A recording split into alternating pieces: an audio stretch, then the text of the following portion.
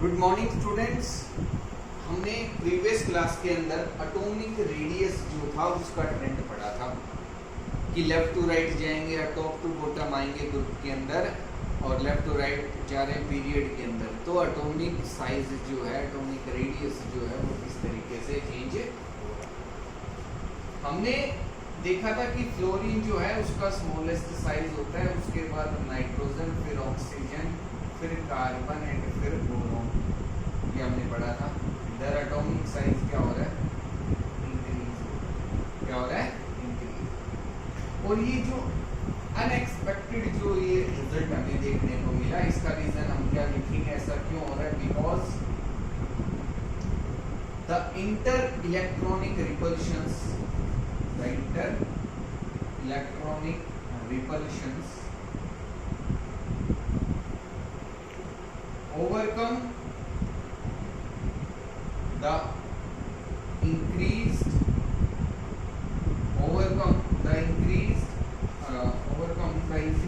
nuclear charge। जो nuclear charge increase हुआ है उसको जो इंटर इलेक्ट्रॉनिक जो रिपल्शंस है वो ओवरकम कर लेती है, उससे ज्यादा हो जाती है, तो साइज ऑक्सीजन का बढ़ जाता है। ये मैंने कल आपको अच्छे से एक्सप्लेन कर दिया था। अब आपको लिखना क्या है वो मैंने लाइन आपको बता दी। ये तो बात थी एटॉमिक रेडियस की, एटॉमिक साइज, ठीक है। अब हम पढ़ेंगे आयनिक रेडियस के बारे में, इसके बारे में आयनिक रेडियस के बारे में। आयनिक रेडियस का क्या ट्रेंड रहने वाला है, ठीक है, वो देखते हैं।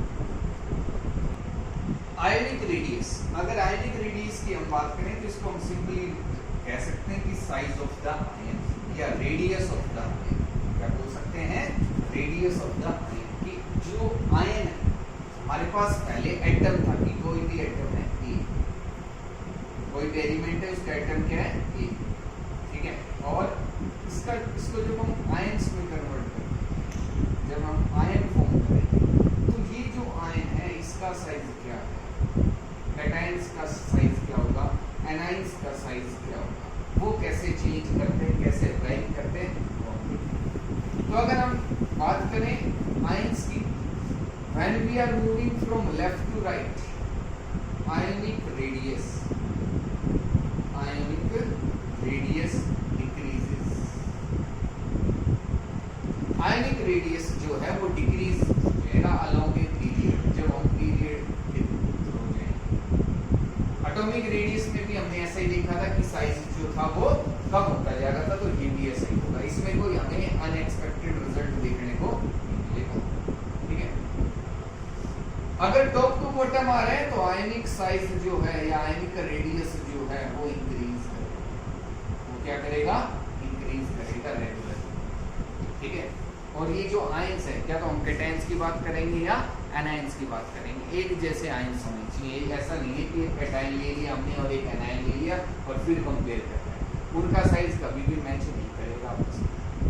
कोई भी पेरेंट एटम है कि अगर इसका मैंने कैटायन फॉर्म कर दिया और इसका मैंने एनायन फॉर्म कर दिया, मतलब इसमें नेगेटिव चार्ज है, इसमें पॉजिटिव चार्ज, तो पेरेंट एटम से जब इस पे कोई चार्ज नहीं है, इससे बड़ा साइज किसका होता है, एनायन। ये आपके पास एनायन और ये क्या आपके पास कैटायन, और कैटायन का साइज हमेशा पेरेंट एटम से छोटा मिलेगा, डेफिनेटली ऐसा होगा, ये आपको याद रखना है। कोई भी एटम हो जाए, अगर उसमें से हमने इलेक्ट्रॉन निकाल लिए तो उसका साइज कम हो जाएगा, और अगर उसमें इलेक्ट्रॉन ऐड कर दिए तो उसका साइज इंक्रीज हो जाएगा। Anion is always greater than parent atom, whereas cation is always smaller than parent atom, ठीक है। ये आपको समझ में आ गया। आयनिक रेडियस का ट्रेंड जो है ये बिल्कुल सिंपल है, जैसा एटॉमिक रेडियस में हमने एटॉमिक साइज में देखा था वैसा ही आयनिक साइज होगा, ये समझ में आ गया। अब हम देखेंगे आइसो इलेक्ट्रॉनिक स्पीशीज। अब हम क्या पढ़ेंगे, आइसो इलेक्ट्रॉनिक स्पीशीज, ये क्यों पढ़ेंगे उसका भी रीजन हम देखेंगे। पहले तो ये देखते हैं ऐसे इलेक्ट्रॉनिक स्पीशीज होती है, द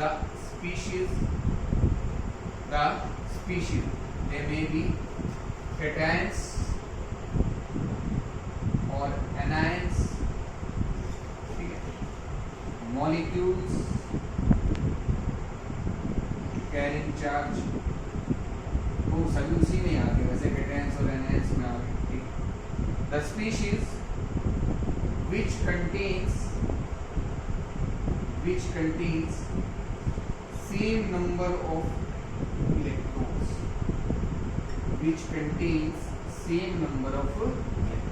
जिसमें नंबर ऑफ इलेक्ट्रॉन्स क्या होते हैं, सेम होते हैं। For example K positive and Cl negative. Potassium का एटॉमिक नंबर होता है 19। जब पॉजिटिव चार्ज आ गया तो अब 19 का मतलब है इसके पास 19 इलेक्ट्रॉन्स प्रेजेंट है, और एटॉमिक नंबर यहाँ 19 है पोटेशियम के, यहाँ ये पॉजिटिव है, लेकिन अब जो नंबर ऑफ इलेक्ट्रॉन्स है वो कितने हो गए, 18। अभी तो इसमें पॉजिटिव चार्ज है। और क्लोरीन, इसका एटॉमिक नंबर होता है 17, तो इसका मतलब है इसके पास 17 इलेक्ट्रॉन्स है, लेकिन जब हम नेगेटिव की बात करेंगे तो इसके पास 18 इलेक्ट्रॉन्स हो गए। कितने इलेक्ट्रॉन्स हो गए, 18 इलेक्ट्रॉन्स हो गए। तो these are isoelectronic species। K positive और Cl नेगेटिव आइसोइलेक्ट्रॉनिक स्पीशीज हैं, दोनों के पास नंबर ऑफ इलेक्ट्रॉन्स क्या है, सेम है। दोनों के पास नंबर ऑफ इलेक्ट्रॉन्स क्या है, सेम है। तो these are isoelectronic species। इनको हम क्या बोलेंगे, आइसोइलेक्ट्रॉनिक स्पीशीज। और भी बहुत सारे एग्जांपल हो सकते हैं, अब आपके पास एग्जाम में आएंगे, या आपको एक क्वेश्चन गिवन होगा, उसमें कोई भी आयन दे देगा और 4 ऑप्शन। ये कॉम्पिटिटिव एग्जाम्स में भी आता है, कई बार क्वेश्चन पूछा है।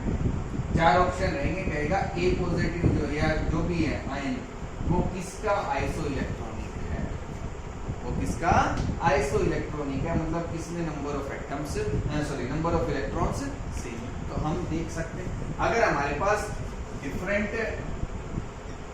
एटम्स है, सपोज करो हमारे पास एक आयन है CO3 2 नेगेटिव, ठीक है, CO3 2 नेगेटिव एनायन है। अगर इसकी हम बात करें तो नंबर ऑफ इलेक्ट्रॉन्स कैसे काउंट करेंगे, कार्बन के इलेक्ट्रॉन्स, कार्बन का एटॉमिक नंबर लिख लो 6, ऑक्सीजन का कितना होता है 8 × 3, और -2 है, मतलब 2 इलेक्ट्रॉन ऐड कर दिए तभी तो नेगेटिव चार्ज है, तो +2 और कर देंगे और नंबर ऑफ इलेक्ट्रॉन्स काउंट कर लेंगे। ये हो जाएंगे आपके पास 32 इलेक्ट्रॉन्स। कितने इलेक्ट्रॉन्स हो जाएंगे आपके पास, 32 इलेक्ट्रॉन्स, ठीक है। तो इस तरीके से हम, और जो हमारे पास गिवन होगा उसमें इलेक्ट्रॉन्स काउंट करेंगे, देखेंगे अगर सेम आ रहे तो आइसोइलेक्ट्रॉनिक, नहीं है तो नहीं। इस तरीके से हमें नंबर ऑफ इलेक्ट्रॉन्स को काउंट करना है, और ये सब क्या है हमारे पास, आइसोइलेक्ट्रॉनिक स्पीशीज। समझ में आ गया होगा क्या है आइसोइलेक्ट्रॉनिक स्पीशीज, ठीक है। एटॉमिक साइज का ट्रेंड देखा हमने, आयनिक साइज का ट्रेंड। अब हम पढ़ेंगे आयनाइजेशन एंथैल्पी। क्या पढ़ेंगे, आयनाइजेशन एंथैल्पी, काफी इंपॉर्टेंट टॉपिक है, क्या ट्रेंड रहेगा। नेक्स्ट आयनाइजेशन एंथैल्पी, नेक्स्ट जो टॉपिक है हमारे पास क्या है, आयनाइजेशन एंथैल्पी।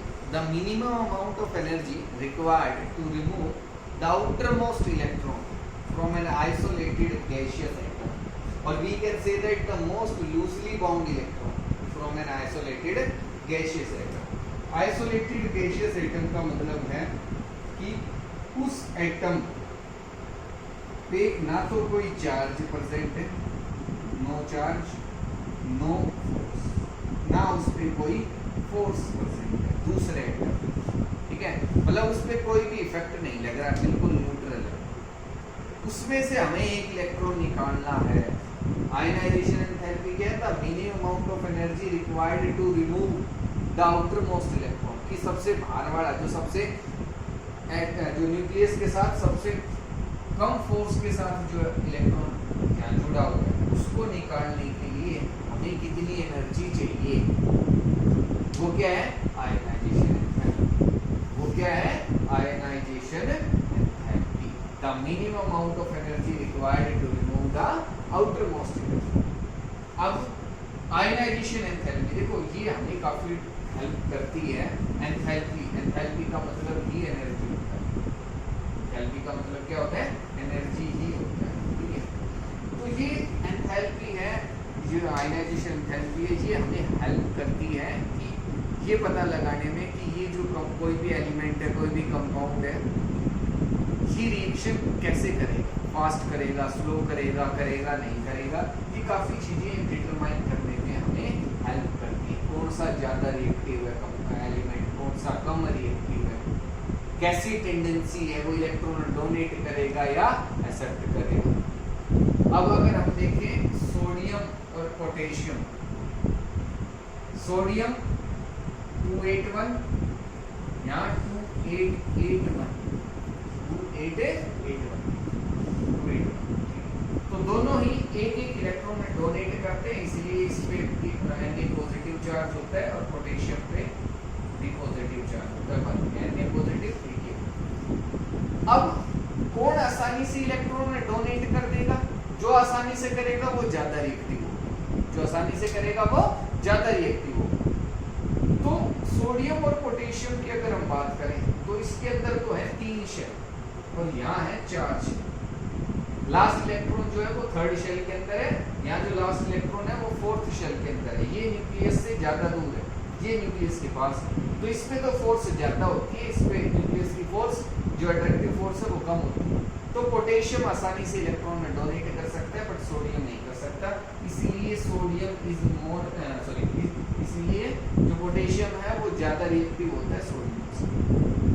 आपने पढ़ा है पहले भी, potassium is more reactive than sodium because it has low ionization as compared to sodium, as compared to sodium. इसकी जो आयनाइजेशन एंथैल्पी है कि यहाँ से एक इलेक्ट्रॉन निकालने के लिए हमें जो एनर्जी लगानी पड़ेगी वो कम होगी बजाय सोडियम, सोडियम में से एक इलेक्ट्रॉन निकालने के लिए हमें ज़्यादा एनर्जी लगानी पड़ेगी।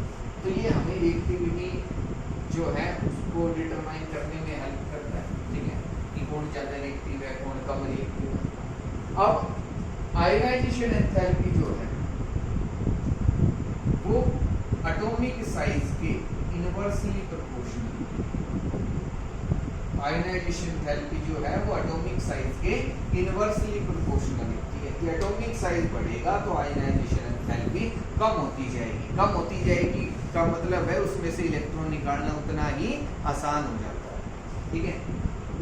तो अगर हम ट्रेंड की बात करें कि when we are moving from left to right in modern periodic table या along a period, ionization enthalpy increases, ionization enthalpy increases, ionization enthalpy जो है वो increase होती जाएगी because atomic size decreases, because atomic size decreases। हमने अभी पीछे पढ़ा था कि जब हम लेफ्ट से राइट की तरफ जाएंगे when we are moving from left to right atomic size decreases, और जब साइज कम होगा तो आयनाइजेशन जब साइज कम होगा तो आयनाइजेशन एंथैल्पी क्या हो जाएगी? आयनाइजेशन एंथैल्पी यहाँ क्या हो गई? टॉप टू बॉटम की अगर बात करते हैं तो एटॉमिक साइज क्या होता है? इंक्रीज होता है। एटॉमिक साइज क्या होता है? Increase, therefore ionization enthalpy decreases, ionization enthalpy decreases. तो टॉप से जब हम बॉटम की तरफ जाएंगे तो आयनाइजेशन एंथैल्पी क्या हो जाएगी? डिक्रीज हो जाएगी। क्या हो जाएगी? डिक्रीज, ठीक है। ये समझ में आ गया होगा आयनाइजेशन एंथैल्पी क्या है और उसका ट्रेंड क्या है। अब अगर हम बात करें, कल हमने पढ़ा था एटॉमिक साइज का ट्रेंड और उसमें एक एक्सेप्शन भी हमने देखा था कि कार्बन, नाइट्रोजन, ऑक्सीजन और फ्लोरीन, ऑक्सीजन का साइज बड़ा होता है किससे? नाइट्रोजन से।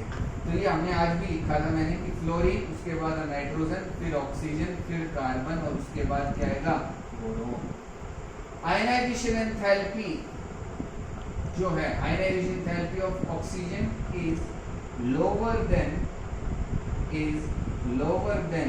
Nitrogen, lower than nitrogen because